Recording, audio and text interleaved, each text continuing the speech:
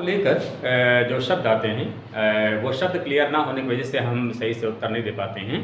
तो आइए उन शब्दों को भी देखा जाता है कि क्या कृषि के प्रकार से संबंधित जो हमारे कृषि के प्रकार होते हैं, जैसे निर्वाहक कृषि किसे कहते हैं, वृत्त कृषि किसे कहते हैं, चलवाषिक कृषि किसे कहते हैं, सामूहिक या सहकारी कृषि किसे कहते हैं, दाजिया, जिमाता, वालरा, ये सब क्या है। तो आइए हम एक एक करके इसको देख लेते हैं, क्योंकि कभी कभी एग्जाम में जो है ये क्वेश्चन के बीच में शब्द आते हैं। तो जब शब्द नहीं क्लियर रहते हैं तो हम उत्तर भी सही से नहीं दे पाते हैं। तो सबसे पहले हम लोग कॉमर्शियल फार्मिंग को देखते हैं कि वाणिज्यिक कृषि या नकदी कृषि किसे कहते हैं। वाणिज्यिक कृषि को ही नकदी कृषि कहते हैं। ये वाणिज्यिक कृषि इस उद्देश्य से किया जाता है, व्यापार करने के उद्देश्य से। लेकिन अगर इसके प्रकार को हम लोग ध्यान दें तो शायद ये और आसानी से समझ में आ जाएगा, क्योंकि जो वाणिज्यिक कृषि होती है ये 3 प्रकार की होती है। एक मिश्रित कृषि, एक रोपड़ कृषि और एक वाणिज्यिक अनाज कृषि। वाणिज्यिक अनाज कृषि को भी 2 भागों में डिवाइड किया गया है, जिसमें एक जो है आपका चावल विहीन कृषि और एक चावल युक्त कृषि, इस 2 भागों में इसको डिवाइड करते हैं। तो सबसे पहले ये मिश्रित कृषि किसे कहते हैं। मिश्रित कृषि जो होती है जिसे मिक्स्ड फार्मिंग कहते हैं, इसमें कृषि के साथ साथ हम पशुपालन भी करते हैं। कृषि भी करते हैं और पशुपालन भी करते हैं। जब दोनों को हम साथ साथ करते हैं तो इसे हम क्या कहते हैं, मिश्रित कृषि कहते हैं। इसी को मिक्स्ड फार्मिंग कहते हैं। तो मिक्स्ड फार्मिंग, मिश्रित खेती, जहाँ खेती के साथ साथ पशुपालन दोनों एक साथ किया जाता है, उसे मिश्रित खेती कहते हैं। रोपड़ कृषि किसे कहते हैं। रोपड़ कृषि जो है इसमें जो है ये बागों के रूप में होता है, ये जिसमें इसमें एक फसल विशेष को हम महत्व देते हैं। पूरा उद्देश्य या ध्यान हमारा एक फसल विशेष पे केंद्रित रहता है, और इसमें हम रोप के रूप में हम रोपड़ कृषि कहते हैं। इसमें चाय है, काजू है, रबड़ है, केला है, कपास है। तो इस रूप में जो खेती की जाती है इसे हम रोपड़ कृषि कहते हैं। इसमें हम एक आधुनिक ढंग से खेती करते हैं, पूंजी भी बड़ी मात्रा में लगाते हैं, तकनीकी का प्रयोग करते हैं, वैज्ञानिक विधि का प्रयोग करते हैं। तो इन सारी विधियों का प्रयोग करते हुए जो कृषि की जाती है, जिसमें हम केवल एक फसल विशेष को ही महत्व देते हैं, उसी पर सारा ध्यान केंद्रित रहता है, इसे हम रोपड़ कृषि के अंतर्गत रखते हैं। ये एग्जाम में आपसे कई बार पूछा गया प्रश्न है कि चाय, काजू, रबड़, केला, कपास, इनमें से कौन जो है रोपड़ कृषि के अंतर्गत आते हैं।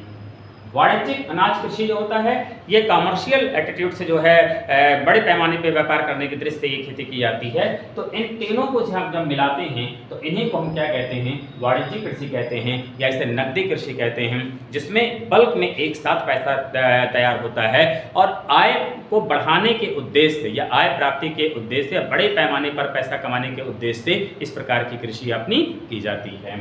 दूसरा जो होता है एक प्रासंविदा कृषि आती है। प्रासंविदा जो कृषि होती है ये समझौते के आधार पे 2-3 किसान जो होते हैं आपस में वो तय कर लेते हैं कि किस प्रकार से अपने खेत हैं और किस प्रकार से हम जो है अपना सामानों का उपयोग करेंगे, और इस प्रकार से आपसी सहमति के आधार पे, समझौते के आधार पे जो कृषि की जाती है, इसे हम क्या कहते हैं, इसे प्रासंविदा कृषि कहते हैं। विस्तृत खेती किसे कहते हैं। विस्तृत खेती ये बड़े बड़े कृषि फार्म होते हैं, जो बड़े बड़े कृषि फार्म होते हैं, जहाँ पे जैसे विस्तृत खेती के क्षेत्र में जैसे आपका ऑस्ट्रेलिया हो गया, यूएसए हो गया, तो इन क्षेत्रों में क्योंकि बड़े बड़े खेत होते हैं, तो जो बड़े बड़े खेत होते हैं तो उन खेतों में भी बड़े पैमाने पर कृषि की जाती है, और यहाँ पूरे आधुनिक ढंग से जो है और आधुनिक उपकरणों का प्रयोग करते हुए व्यापक पैमाने पर आपकी कृषि की जाती है। तो इस प्रकार से विस्तृत खेती में इसमें बहुत बड़े बड़े फार्म होते हैं। अगर आपको कीटनाशकों का भी छिड़काव करना है तो वहाँ पे किसान इतने धनी होते हैं कि हेलीकॉप्टर से पेस्टिसाइड का वो छिड़काव करते हैं। तो बड़े बड़े इसके कृषि फार्म होते हैं, बड़े बड़े खेत होते हैं, और इसमें बड़े पैमाने पर कृषि की जाती है, और इनका भी पूरा उद्देश्य जो है पैसा कमाना ही, या ये कह लीजिए कि वाणिज्यिक खेती के ही एक रूप आप इसे समझ सकते हैं। तो विस्तृत खेती का मतलब जब बहुत बड़े पैमाने पर हम खेती करते हैं तो उसे क्या कहते हैं, विस्तृत खेती कहते हैं। निर्वाहक कृषि किसे कहते हैं। निर्वाहक कृषि में क्या होता है, ये कृषि का एक ऐसा प्रकार होता है जिसमें परिवार की आवश्यकता की पूर्ति को ध्यान में रखा जाता है कि खेती इस प्रकार से करना है कि हमारे परिवार का भरण पोषण आसानी से हो जाए। और जब हमारे परिवार का भरण पोषण आसानी से हो जाए, और इसमें जिसे कहते हैं कि परिवार की आवश्यकता की पूर्ति को ही खाली लक्ष्य रखा जाता है। जितने भी आपके विकासशील देश होते हैं, सभी विकासशील देशों में मैक्सिमम जगहों पर आपके ये निर्वाहक कृषि देखी जाती है। हमारे भारत में ही मैक्सिमम जो किसान हैं या मैक्सिमम जो और भी लोग हैं जो कृषि वो किसान तो नहीं हैं, वो बाहर कहीं नौकरी कर रहे हैं, लेकिन उन्होंने खेत अपने बटाई पर दे रखा है। तो वो लोग क्या करते हैं कि ऐसे में उनका भी उद्देश्य यही रहता है कि बस जितना हमको साल भर की मेरी आवश्यकता है गेहूँ चावल का, वो मुझे मिल जाए तो बस मेरा काम चल जाएगा। खेत उनके पास ज़्यादा है, लेकिन पूर्ति वो उतना ही करना चाहते हैं कि जितना हमारे परिवार का भरण पोषण हो जाए। तो इसे हम क्या कहते हैं, निर्वाह कृषि कहते हैं, जिसमें परिवार की आवश्यकता की पूर्ति को ध्यान में रखते हैं। चलवासी कृषि किसे कहते हैं? चलवासी कृषि एक ऐसी कृषि होती है जिसमें ऋतुओं में प्रवास होता है। इसमें जैसे राजस्थान में, जम्मू कश्मीर में कुछ जातियाँ ऐसी हैं कि वो क्या करते हैं, ऋतु विशेष में वो प्रवास करते हैं और उन क्षेत्रों में जाकर वो खेती करते हैं और ऋतु विशेष हटने पर फिर वहाँ से वापस चले आते हैं। तो ऋतु विशेष में जो प्रवास करते हैं और उस प्रवास के दौरान जो माइग्रेट करते हैं, उस दौरान जो वो खेती करते हैं, उसे हम क्या कहते हैं, ये चलवासी कृषि कहते हैं। राजस्थान वगैरह में, हिमाचल नहीं, राजस्थान में और जम्मू कश्मीर में ऐसी कृषि काफ़ी हद तक देखने को मिलती है। जो सामूहिक कृषि होती है, एक कृषि होती है सहकारी कृषि, एक होती है सामूहिक कृषि। तो सहकारी कृषि में क्या होता है, इसमें कुछ किसान होते हैं, जैसे किसानों का 10-15 का अपना एक ग्रुप रहता है, तो आपस में आपस में मिलजुल कर वो एक सहमति बना लेते हैं, अपने खेतों का मिला लेते हैं और जितने भी उनके कृषि के उपकरण और संसाधन होते हैं वो सब व्यक्तिगत समझौते के आधार पर एक दूसरे से सामानों का साझा करते हैं और खेती में भी किसको कितना काम करना है, व्यक्तिगत समझौते के आधार पर जो काम करते हैं, ऐसी खेती को हम सहकारी खेती कहते हैं। लेकिन जो सामुदायिक कृषि है, जिसे कलेक्टिव फार्मिंग कहते हैं, इसमें सरकार का इंटरफेयर रहता है। इसमें क्या होता है कि एक जो है समिति बनती है, उस समिति के अपने एक अध्यक्ष होते हैं, उसके कुछ अन्य पदाधिकारी भी होते हैं और इन सारे लोगों के द्वारा जो है इसमें सरकार का भी इंटरफेयर रहता है और आधुनिक पूंजी का प्रयोग होता है, आधुनिक तकनीकी का प्रयोग होता है, बड़े पैमाने पर कृषि की जाती है। इसमें जो कृषि फार्म होते हैं बहुत बड़े बड़े होते हैं, तो ये बड़े फार्म, लेकिन हाँ, जो ये फसल का उत्पादन करेंगे सरकार द्वारा तय कीमतों पर ही ये उनको बेचते हैं। इसकी जो शुरुआत हुई है जब रूस की क्रांति हुई, तो रूस की क्रांति में रूस में किसानों की दशा को सुधारने के लिए, उत्पादकता में वृद्धि के लिए वहाँ पे ये प्रयास किया गया और इस प्रकार से वहाँ पे जब ये रूप आया तो इस रूप को किसानों के खेतों को कलेक्ट किया गया और छोटे छोटे जो किसान थे, जिनके जो छोटे आकार के थे, उनको मिलाकर एक किया गया और मिलाकर उसको 2 रूप दिया गया। एक का नाम कोलखोज रखा गया, एक का नाम जो है सोवखोज रखा गया। तो ये कोलखोज और सोवखोज में ये विषय का क्वेश्चन है, इसमें अगर जो है गहराई में जाने की बहुत ज़्यादा आवश्यकता नहीं है, लेकिन हल्का सा चर्चा कर दे रहा हूँ। कोलखोज में क्या था कि इसमें किसानों को बहुत ज़्यादा लगान देने की आवश्यकता नहीं थी, वो किसान आपसी समझौते के द्वारा जो है वो काम करते थे और यहाँ पे उनकी थोड़ी स्वतंत्रता होती थी। लेकिन जो आपका ये सोवखोज है, इसमें पूरी तरह से सरकार का शिकंजा दोनों पे होता था, लेकिन सोवखोज में उस पर ज़्यादा शिकंजा होता था। तो इस प्रकार से इसकी शुरुआत तो हुई है आपके रूस में और वहाँ से ये रूप आया।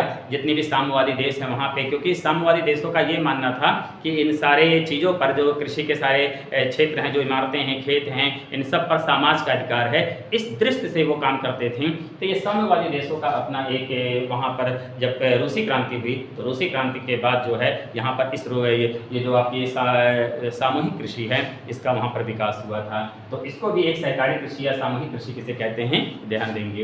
एक होता है झूम कृषि, जिसे आप जो है शिफ्टिंग एग्रीकल्चर कहते हैं या झूम कृषि जो है। अब झूम कृषि को ही स्थानांतरशील कृषि भी कहते हैं।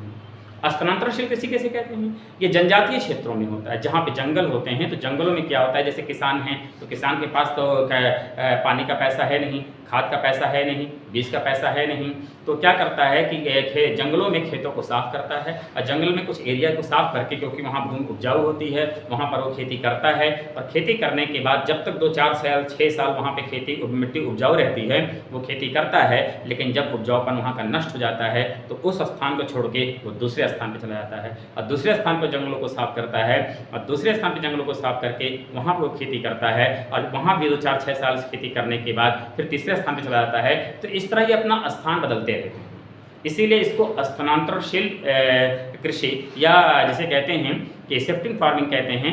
तो ये इसको जो है झूम कृषि भी कहते हैं। भारत में भी अलग अलग 6 राज्यों में और विश्व लेवल के अलग अलग देशों में इसके अलग अलग नामकरण भी किए गए हैं और इससे आपके एग्जाम में कई बार प्रश्न भी पूछे गए हैं। जैसे आप वियतनाम में इसको रे नाम से जानते हैं, ब्राज़ील में रोका नाम से जानते हैं, श्रीलंका में इसे चेना नाम से जानते हैं, पश्चिमी घाट में भारत में अगर आते हैं तो इसे पश्चिमी घाट में कुमारी नाम से जानते हैं, इंडोनेशिया मलेशिया में लादांग नाम से जानते हैं, फिलीपींस में कैगिंग नाम से जानते हैं, थाईलैंड में तमराई है, एमपी में इसे 3 नाम से जानते हैं, डाहिया है, वेबर है, पेंडा है, ये 3 नाम से इसको जानते हैं। ये सब आपके एग्जाम में पूछे गए प्रश्न हैं। केरला में अगर अपने भारत में आते हैं तो केरला में इसे पोनम कहते हैं। पूर्वोत्तर के राज्य में जिसे सेवन सिस्टर आप कहते हैं, सेवन सिस्टर कहने को होता है लेकिन राज्य 8 होते हैं, तो सेवन सिस्टर के राज्य में जिसे पूर्वोत्तर का राज्य आप कहते हैं, वहाँ पे इसको झूमी कृषि कहते हैं। हिमालय के क्षेत्र में आते हैं तो इसे खील कहते हैं, राजस्थान में आते हैं तो इसे वालरा कहते हैं। तो ये सारे प्रश्न कहीं ना कहीं आपके एग्जाम में पूछे गए हैं। तो ये हस्तांतरशील कृषि से इससे पर्यावरण को बड़ा नुकसान होता था, इसलिए सरकार ने भी क्या किया, जनजातियों को इनको एक परमानेंट भूमि जो है उपलब्ध कराई, इनको वो सब्सिडी दिया, इनको खेत सिंचाई के लिए, खाद के लिए इनको पैसे भी मुहैया कराएं आसानी से। तो इस प्रकार सरकार ने अब इस पर विशेष ध्यान रखा है। और क्योंकि इससे पर्यावरण की क्षति होती थी, लैंडस्लाइड का खतरा होता था, क्योंकि जब भूमि साफ हो जाए तो पर्वतों पर लैंडस्लाइड, तो इन सब चीज़ों से बचने के लिए सरकार ने इस पर कई तरह की स्कीम चलाई, कई बार इस पर प्रयास भी किया, कई प्रयास किए गए भी हैं, किए जा भी रहे हैं, जिससे ये खेती जो झूमी कृषि है ये स्थान चेंज करके ना एक ही स्थान पर परमानेंट रूप से वहाँ पे खेती कर सकें। सरकार ने इस दिशा में भी प्रयास किया है। और ऐसे में इस झूम कृषि के इसके 2-3 प्रकार होते हैं। कभी कभी आपके राजस्थान वगैरह में ऐसे क्वेश्चन अक्सर पूछ लिए जाते हैं, राजस्थान के पीसेस में एक आता है दाजिया। दाजिया क्या होता है? क्योंकि एक शब्द आता है स्लैश कृषि, एक आता है बर्न कृषि, तो स्लैश कृषि, बर्न कृषि, ये सब क्या होते हैं थोड़ा देख लेते हैं लाइन में इनको भी। जो दाजिया होता है, जब वनों को काट कर, कोई जंगल है, वो जंगल या वन है, वो जंगल या वन को जब काट करके और हम वहाँ खेती करते हैं तो ऐसी खेती को हम स्लैश कृषि कहते हैं या इसी को दाजिया कहते हैं। लेकिन अगर उसी खेत को हम जला दें, खेत में काट करके नहीं बल्कि उसके जंगलों को जलाकर, और वहाँ पे हम क्या करें, जंगल को जलाकर और साफ करके तब हम खेती करते हैं, तो इसी का नाम उसे चिमाता कहते हैं। लेकिन जब हम जलाकर भी और साफ काट कर भी, मतलब जलाते भी हैं और काटते भी, दोनों क्रिया एक ही जंगल में की जाती है, तब इसका नाम चेंज हो जाता है, तो इसे वलारा कहते हैं। तो इस प्रकार से अगर देखा है तो दाजिया, चिमाता, वलारा, ये तीनों जिसे कहते हैं स्थानांतरशील कृषि का ही एक प्रकार होता है। तो इसको भी ध्यान रखिएगा, क्योंकि एग्जाम में एक बार पूछा भी गया प्रश्न है, इनमें से कौन स्थानांतरशील कृषि का रूप नहीं है। जैसे एग्जाम्पल मैं कह रहा हूँ, मान लिया उसने दे दिया बरानी कृषि। अब बरानी कृषि जो है, ये बरानी कृषि स्थानांतरशील कृषि का रूप नहीं है, इस पर विशेष ध्यान दीजिएगा। बरानी कृषि एक ऐसी कृषि है जो पूर्णतया वर्षा पर आधारित होती है, मतलब इसमें सिंचाई बिल्कुल नहीं की जानी है। ये ऐसे क्षेत्र होते हैं जहाँ पर जो है हम पूर्णतः जो है मौसमी बरसात के ऊपर ही, या ये कह लीजिए पूर्णतः हम वर्षा पर ही आधारित होते हैं। और जब ऐसी कृषि की जाती है जहाँ पर सिंचाई के साधन बिल्कुल ना रहें और पूर्णतः हम बारिश के ऊपर ही निर्भर रहते हैं, तो ऐसी कृषि को हम क्या कहते हैं, बरानी कृषि कहते हैं। एक और कृषि आती है जिसे हम गहन कृषि कहते हैं या सघन कृषि कहते हैं। अब गहन या सघन कृषि क्या होती है? गहन या सघन खेती यूरोप के कंट्रीज में ऐसी खेती होती है। गहन या सघन खेती का मतलब क्षेत्रफल हमारे कम रहते हैं, कम भूमि पर ऐसे बीज बोते हैं जिनकी उत्पादकता ज़्यादा हो, और ऐसे खाद पानी का ज़्यादा खाद पानी का प्रयोग करके कम भूमि पर अधिक फसल उगाते हैं। तो जब कम भूमि पर अधिक फसल उगाने का हम प्रयास करते हैं तो इसे हम क्या कहते हैं, गहन कृषि कहते हैं या इसी को सघन कृषि कहते हैं। तो ये कृषि सघन में और विस्तृत में थोड़ा सा इस पर विशेष ध्यान दीजिएगा। सघन कृषि जो होती है ये जहाँ पे कृषि योग्य भूमि कम होती है वो यहाँ, लेकिन जहाँ पे पॉपुलेशन कम होती है, जैसे आपके ये क्या नाम है ऑस्ट्रेलिया में हो गया, जैसे आपके जो है अमेरिका में हो गया, जहाँ पे प्रेरी का मैदान हो गया, ठीक है, जैसे पंपास का क्षेत्र हो गया, ये पंपास वाला क्षेत्र हो गया, या प्रेरी का क्षेत्र हो गया, स्टेपीस का क्षेत्र हो गया। स्टेपीस के जो यूरोप वाले हिस्से हैं, अब वहाँ पे रूस वाले हिस्से हैं, थोड़ा सा वहाँ देखते हैं। तो इन सब जैसे अर्जेंटीना हो गया, अमेरिका हो गया, ऑस्ट्रेलिया हो गया, इन सब देशों में आपके विस्तृत कृषि होते हैं जहाँ पे बड़े बड़े कृषि फार्म बनाए जाते हैं, और बड़े बड़े कृषि फार्म बनाकर आधुनिक विधि से आधुनिक तकनीकी का प्रयोग करके, वैज्ञानिक विधि का प्रयोग करके हम ये खेती करते हैं। हालांकि वैज्ञानिक और आधुनिक तकनीकी का प्रयोग गहन कृषि में भी करते हैं, लेकिन इसमें क्या अंतर होता है, गहन कृषि में क्षेत्रफल कम रहता है और ज़बरदस्ती खेतों जब दबाव देकर उस पर ज़्यादा उत्पादकता करते हैं, मतलब ज़्यादा सिंचाई करते हैं, ज़्यादा खाद डालते हैं, ज़्यादा पेस्टिसाइड डालते हैं, इस प्रकार से। और जो विस्तृत खेती है यहाँ भी वो सारी चीज़ें करते हैं, लेकिन यहाँ पे खेत के आकार बड़े होते हैं, ये इसका विशेष रूप से अंतर है। ये कुछ अपने जो आपके कृषि के प्रकार में ये कुछ शब्द जो आते हैं, इन शब्दों को अगर आप ध्यान रखें तो निश्चित ही, क्योंकि ऐसे क्वेश्चन आपके एग्जाम में अक्सर पूछे गए हैं, ध्यान देंगे तो निश्चित ही गलत आपके क्वेश्चन नहीं हो पाएंगे। ठीक है।